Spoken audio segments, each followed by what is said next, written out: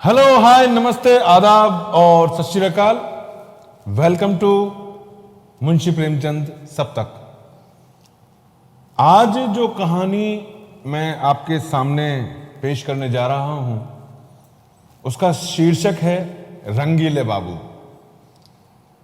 और मुंशी प्रेमचंद के बारे में मैं अगर कुछ कहना चाहूं तो वो यही होगा कि बड़ा मुंह और छोटी बात।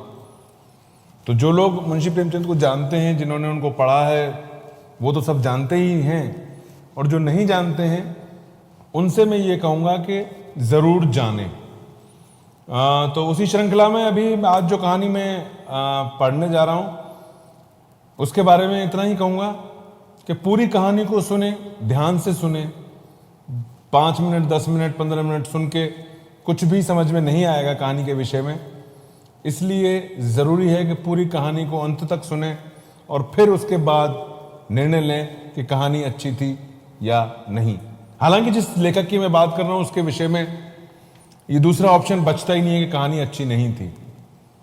वो एक ही ऑप्शन है, तो आपको ज़रूर मज़ा आएगा, ज़रूर अच्छी लगेगी। तो पूरी कहानी को एंजॉय कीजिएगा।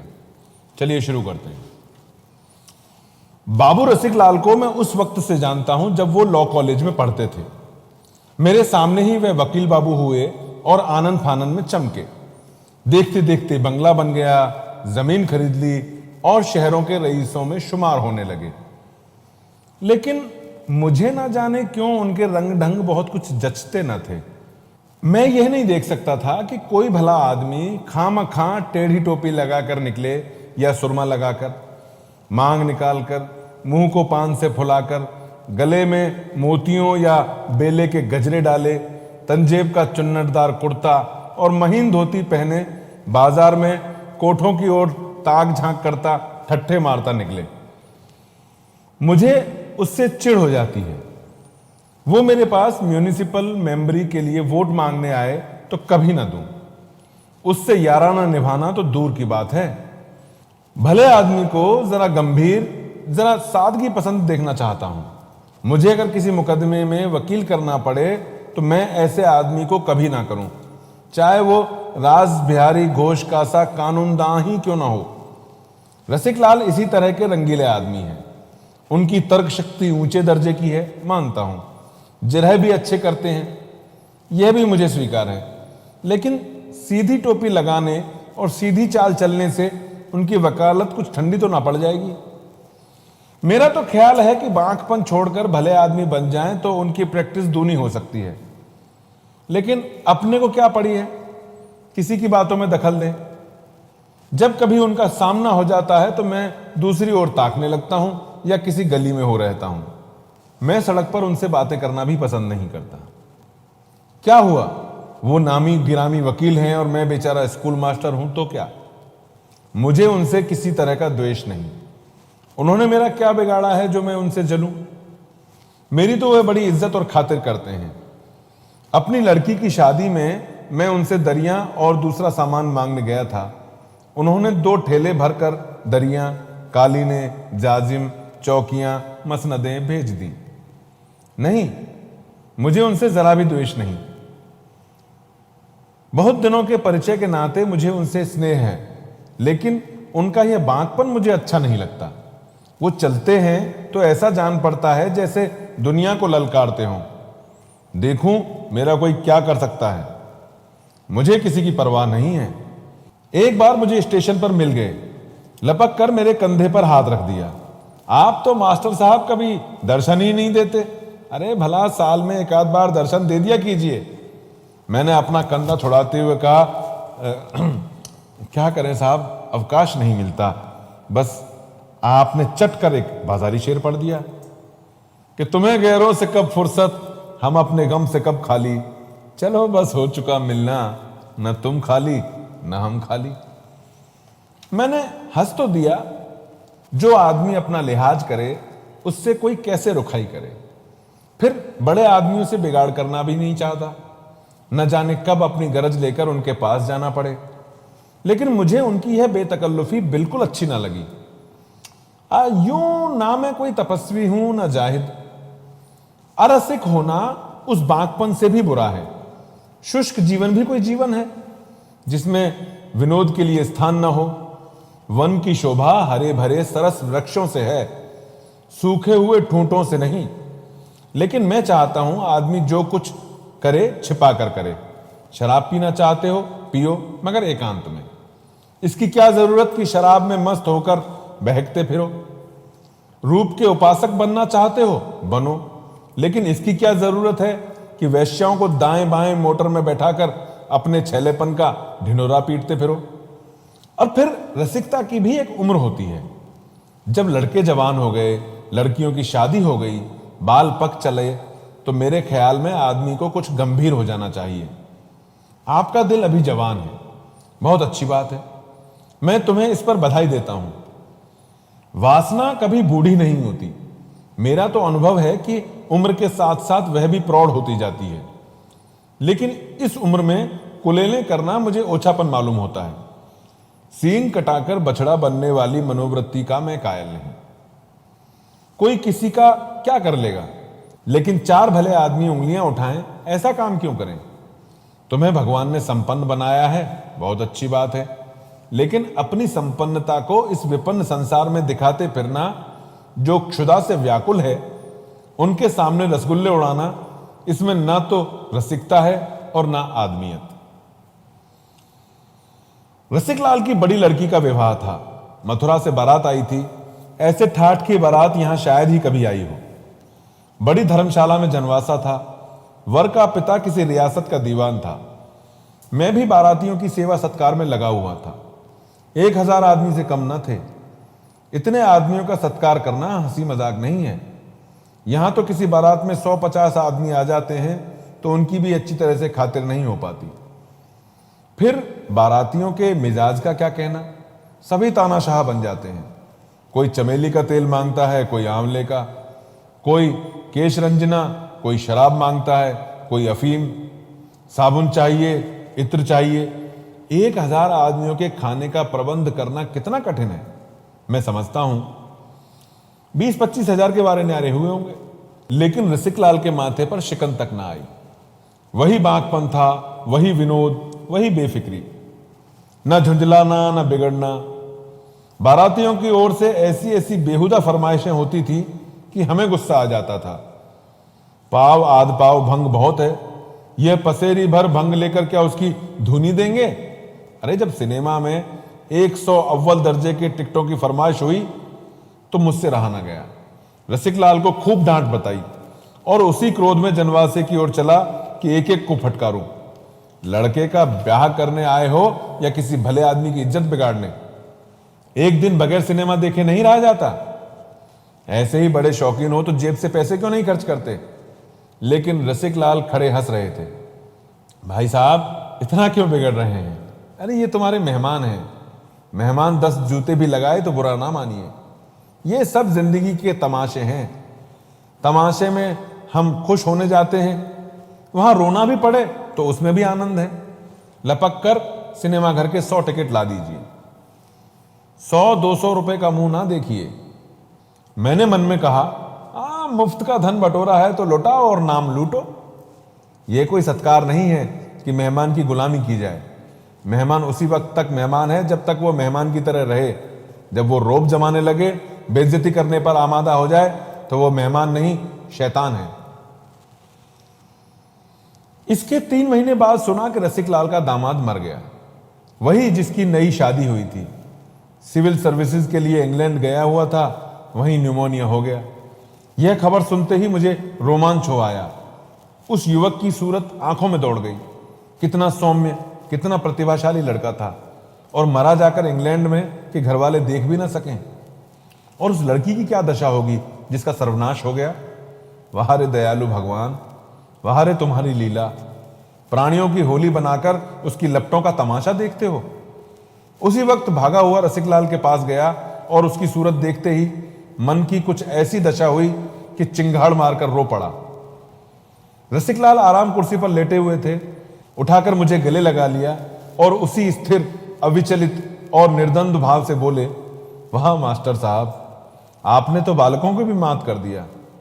जिनकी मिठाई कोई छीन कर खा जाए तो रोने लगते हैं। बालक तो इसलिए रोता है कि उसके बदले दूसरी मिठाई मिल जाए। आप तो ऐसी चीज के लिए रो रहे हैं जो किसी तरह मिल ही नहीं सकती। अरे साहब, यहां बेहया बनकर रहिए, मार खाते जाइए और मूंछों पर ताव देते जाइए। मजा तो तब है कि जल्लाद के पैरों तले आकर भी वही अकड़ बनी रहे। अगर ईश्वर है, अब मुझे तो मालूम नहीं, लेकिन सुनता हूं कि वह दयालु है। और दयालु ईश्वर भला निर्दयी कैसे हो सकता है? वो किसे मारता है, किसे जिलाता है, हमसे मतलब नहीं। उसके खिलौने हैं, खेले या तोड़े, हम क्यों उसके बीच में दखल दें? वो हमारा दुश्मन नहीं और न जालिम बादशाह है कि हमें सताकर खुश हो। मेरा लड़का घर में आग भी लगा दे तो उसका दुश्मन ना बनूंगा। मैंने तो उसे पाल पोस कर बड़ा किया है, उससे क्या दुश्मनी करूं? भला ईश्वर कभी निर्दयी हो सकता है, जिसके प्रेम का स्वरूप यह ब्रह्मांड है?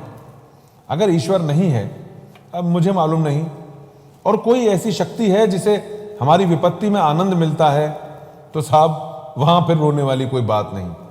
हाथों में ताकत होती और दुश्मन नजर आता तो हम कुछ जवामर्दी दिखाते। अब अपनी बहादुरी दिखाने का इससे सिवा और क्या साधन है कि मार खाते जाओ और हंसते जाओ, अकड़ते जाओ। रोए तो अपनी ही हार को स्वीकार करेंगे। मार ले साले, चाहे जितना मार ले, लेकिन हंसते ही रहेंगे। मक्कार भी है, जादूगर भी, छिपकर वार करता है। आ जाए सामने तो दिखाऊं। हमें तो अपने उन बेचारे शायरों की अदा पसंद है जो कब्र में भी माशूक की पाजेब की झनकार सुनकर मस्त होते रहते हैं।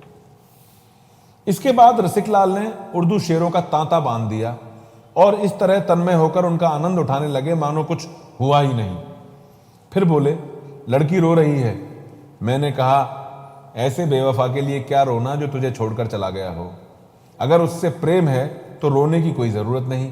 प्रेम तो आनंद की वस्तु है। अगर कहो क्या दिल नहीं मानता, तो दिल को मनाओ, बस दुखी मत हो। दुखी होना ईश्वर का अपमान करना है और मानवता को कलंकित करना। मैं रसिकलाल का मुंह ताकने लगा। उन्होंने यह कथन कुछ ऐसे उदात्त भाव से किया था कि एक क्षण के लिए मुझ पर भी उसने जादू कर दिया। थोड़ी देर के बाद वहां से चला तो दिल का बोझ बहुत कुछ हल्का हो गया था। मन में एक प्रकार का साहस उदय हो गया था जो विपत्ति और बाधा पर हंस रहा था। थोड़े दिनों के बाद वहां से तबादला हो गया और रसिकलाल जी की कोई खबर नहीं मिली। कोई साल भर बाद एक दिन गुलाबी लिफाफे पर सुनहरे अक्षरों में छपा हुआ एक निमंत्रण पत्र मिला। रसिकलाल के बड़े लड़के का विवाह हो रहा था। नवेद के नीचे कलम से आग्रह किया था कि अवश्य अवश्य आइए, वरना मुझे आपसे बड़ी शिकायत रहेगी, आधा मजा जाता रहेगा। एक उर्दू शेर भी था, इस शौके फिरावां की या रब, आखिर कोई हद भी है कि नहीं, इनकार करे या वादा, हम रास्ता देखते रहते हैं। एक सप्ताह का समय था। मैंने नई रेशमी अचकन बनवाई, नए जूते खरीदे और खूब बन ठन कर चला। वधू के लिए एक अच्छी सी कश्मीरी साड़ी ले ली। महीनों एक जगह रहते रहते और एक ही काम करते करते मन कुछ कुंठित सा हो गया था। 3-4 दिन खूब जलसे रहेंगे, गाने सुनूंगा, दावतें उड़ाऊंगा, मन बहाल हो जाएगा। रेलगाड़ी से उतरकर वेटिंग रूम में गया और अपना नया सूट पहना। बहुत दिनों के बाद नया सूट पहनने की नौबत आई थी, पर आज मुझे नया सूट पहनकर वही खुशी हुई जो लड़कपन में होती थी। मन कितना ही उदास हो, नया सूट पहनकर हरा हो जाता है। मैं तो कहता हूं, बीमारी में बहुत सी दवाएं ना खाकर हम नया सूट बनवा लिया करें तो कम से कम उतना फायदा तो जरूर होगा जितना दवा खाने से होता है। क्या यह कोई बात नहीं कि जरा देर के लिए आप अपनी ही आंखों में कुछ ऊंचे हो जाएं? मेरा अनुभव तो यह कहता है कि नया सूट हमारे अंदर एक नया जीवन डाल देता है, जैसे सांप केंचुली बदले या वसंत में वृक्षों में नई कोपलें निकल आए। स्टेशन से निकलकर मैंने तांगा लिया और रसिकलाल के द्वार पर पहुंचा। 3 बजे होंगे। लू चल रही थी, मुंह झुलसा जाता था। द्वार पर शहनाइयां बज रही थीं, बंधनवारें बंधी हुई थीं। तांगे से उतरकर अंदर के सहन में पहुंचा। बहुत से आदमी आंगन में सहन के बीच घेरा बांधे खड़े थे। मैंने समझा शायद जोड़े गहने की नुमाइश हो रही होगी। भीड़ चीर कर घुसा, बस कुछ न पूछो। क्या देखा? जो ईश्वर सातवें बैरी को भी ना दिखाए। अर्थी थी पक्के काम के दोशाले से ढकी हुई, जिस पर फूल बिखरे हुए थे। मुझे ऐसा मालूम होता था कि गिर पड़ूंगा। सहसा रसिकलाल पर मेरी निगाह पड़ गई। रंगीन कपड़ों का एक गट्ठर लिए अंदर से आए थे। न आंखों में आंसू, न मुंह पर वेदना, न माथे पर शिकन। वही बांकी टोपी थी, वही रेशमी कुर्ता, वही महीन तंजेब की धोती। सब रो रहे थे। कोई आंसुओं के वेग को रोके हुए था, कोई शोक से विह्वल। ये बाहर के आदमी थे। कोई मित्र था, कोई बंधु। जो मरने वाले का बाप था, वो इन डगमगाने वाली नौकाओं और जहाजों के बीच में स्तंभ की भांति खड़ा था। मैं दौड़कर उनके गले से लिपटकर रोने लगा। वह पानी की बूंद जो पत्ते पर रुकी हुई थी, जरा सी हवा पाकर ढुलक पड़ी। रसिकलाल ने मुझे गले लगाया और कहा, आप कब आए? क्या अभी चले आ रहे हैं?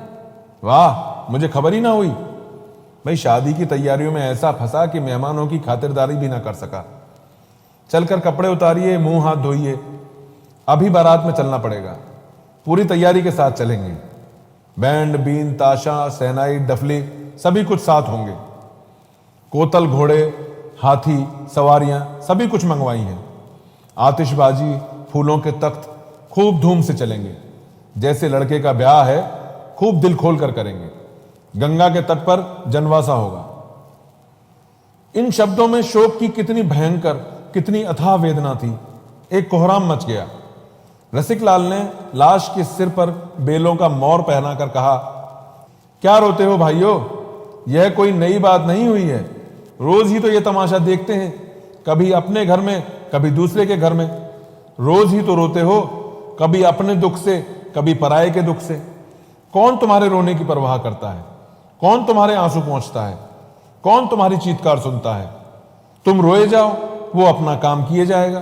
फिर रोकर क्यों अपनी दुर्बलता दिखाते हो? उसकी चोटों को छाती पर लो और हंसकर दिखा दो कि तुम ऐसी चोटों की परवाह नहीं करते।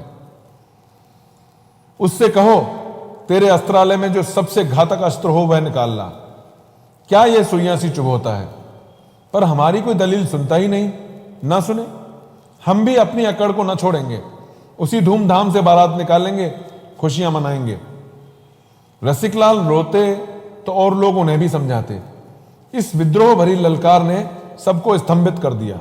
समझाता कौन? हमें वह ललकार विक्षिप्त वेदना सी जान पड़ी, जो आंसुओं से कहीं मर्मांतक थी। चिंगारी के स्पर्श से आबले पड़ जाते हैं।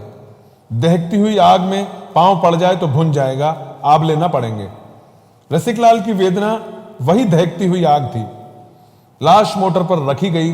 मोटर गुलाब की फूलों से सजाया गया। किसी ने पुकारा, राम नाम सत्य है। रसिकलाल ने उसे विनोद भरी आंखों से देखा। तुम भूले जाते हो लाला, यह विवाह का उत्सव है। हमारे लिए सत्य जीवन है, उसके सिवा जो कुछ है मिथ्या है। फिर गाजे बाजे के साथ बारात चली। इतना बड़ा जुलूस तो मैंने शहर में नहीं देखा था। विवाह के जुलूस में 200-400 आदमियों से ज्यादा न होते। इस जुलूस की संख्या लाखों से कम न थी। धन्य हो रसिकलाल, धन्य तुम्हारा कलेजा। रसिकलाल उसी बांकी अदा से मोटर के पीछे घोड़े पर सवार चले जा रहे थे। जब लाश चिता पर रखी गई तो रसिकलाल ने एक बार जोर से छाती पर हाथ मारा। मानवता ने विद्रोही आत्मा को आंदोलित किया। पर दूसरे ही क्षण उनके मुख पर वही कठोर मुस्कान चमक गई। मानवता वह थी या यह, कौन कहे। उसके 2 दिन बाद मैं नौकरी पर लौट आया। जब छुट्टियां होती हैं तो रसिकलाल से मिलने आता हूं।